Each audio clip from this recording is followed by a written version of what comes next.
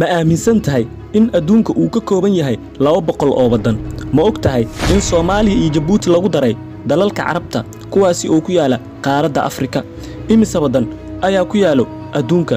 iyadoo su'aashi ay u muuqato mid fudud haddana jawaabteedu waxa ay tahay mid aad u adag sababtuna waxay tahay sanadba sanadka ka dambeeya waxa soo baxa dalal cusub Falastiin ma ka mid tahay qaramada midoobay waxaan rabaa su'aalahani oo idil inaan kaaga jawaabo muuqaalkeena maanta assalaamu calaykum soo dhawaad daawadaheena fiidiyowgani aad daawanayso waa sahanka dunida haddii aad nagu cusub tahay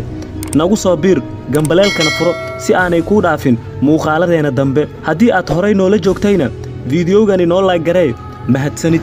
jawaabtoo kooban 195 wadan ayaa dunida ka jira maanta 193 ka mid ah waxa ay xubno ka yihiin qaramada midoobay labada soo hartayna waa Falastiin iyo Vatican City wadamadani waxa loo kala qaybiyaa 6 qaaradood Afrika oo 54 wadan ka kooban Aasiya oo 48 wadan ah Yurub oo 44 wadan ah Koonfurta Ameerika oo 12 wadan ah Waqooyi Ameerika 23 wadan ah iyo Oceania oo 14 wadan ah dalalkan 22 wadan oo iyaga kamid ah waxay xubin ka yihiin jaamacadda Carabta 10 kamid ah waxa ay ku yaalaan Afrika halka 12 wadan iyaga kamid ah ay ku yaalaan Aasiya wadamada Carabta waxa kamid ah Algeria, Sacuudiya, Suudaan, Liibiya, Mauritania, Masar, Soomaaliya, Yemen, Morocco, Ciraaq, Suldaanada Cumaan, Suuriya, Tunisia, Jordan, Imaaraadka Carabta, Falastiin, Djibouti, Kuwait, Dowladda Qatar, Lubnaan, Comoros iyo kuwa kale.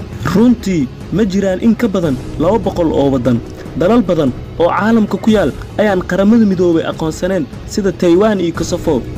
qaramada midoobay waxa ay u aragtaa Taiwan in ay ka tirsan tahay Shiinaha sidoo kalena Kosovo ay ka tirsan tahay Serbia sidaas awgeeda waxa jira wadamo badan oo gooni isu taagay kuwaasi oo wadamada adduunka ka dhigayo 200 oo wadan tusaale haddii aan u tixgelino Taiwan iyo Kosovo in ay yihiin wadamo madax banaan tirada wadamada dunida waxa ay noqonayaan 197 wadan marka laga yimaado wadamadani waxa jira dhowr iyo 10 dawladood oo iskood isu taagay dawladaha aan la aqoonsaneen markaan ka nimaano Taiwan iyo Kosovo sidoo kale waxa jira 5 wadan oo iyagana aan la aqoonsaneen dalka ugu weyn dhul ahaan waa Ruushka 17 milyan oo kiiloomitir oo laba jibaaran ayuu gaarayaa halka dalka Afrika ama Carabta ugu weyn uu yahay Algeria isagoo gaarayo 2.3 milyan kiiloomitir laba jibaaran adduunka waxa ugu weyn Ruushka Canada Shiinaha Mareykanka Brazil